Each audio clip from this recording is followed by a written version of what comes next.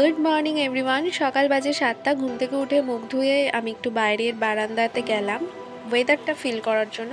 ঠান্ডাটা বেশ ভালোই পড়েছে। মা আগেই উঠে গেছিলো, মা চা করে রেখেছিল, চাটা ঠান্ডা হয়ে গেছিলো, তো আরেকবার একটু গরম করে নিলাম। জানি গরম চা খাওয়া ভালো না, বাট কিছু করার নেই, এখন ঠান্ডা পড়ে যাচ্ছে তো আর বারবার চা করাটাও পসিবল না। আমার না বেকারির এই বিস্কিটগুলো চায়ের সাথে ডুবিয়ে খেতে খুব ভালো লাগে। তোমাদের কেমন লাগে অবশ্যই জানিও। আর এবার চলো বলি এত সকাল সকাল ওঠার কারণ। আমার হচ্ছে এখন সেমিস্টার চলছে, তো 10টা থেকে এক্সাম। আমার ওখানে পৌঁছাতে প্রায় 1.5 ঘন্টা মতো লেগে যায় কলেজে, তো সেই কারণেই তাড়াতাড়ি বেরোনো। বাট তাড়াতাড়ি বেরিয়েও প্রায় 20 মিনিট আমাকে দাঁড়াতে হয়েছে, কোনো বাস পাইনি। আফটার এক্সাম আমি গেছিলাম অফিসে, হাফ টাইম অফিস করে দেন তারপরে বাড়ি ফিরলাম। এই রুটিনটা আমার প্রায় 1 সপ্তাহ ধরে চলছে, তো আমার চোখ মুখ একদম পুরো বসে গেছে। আমি লিটারেলি পাগল হয়ে যাচ্ছি।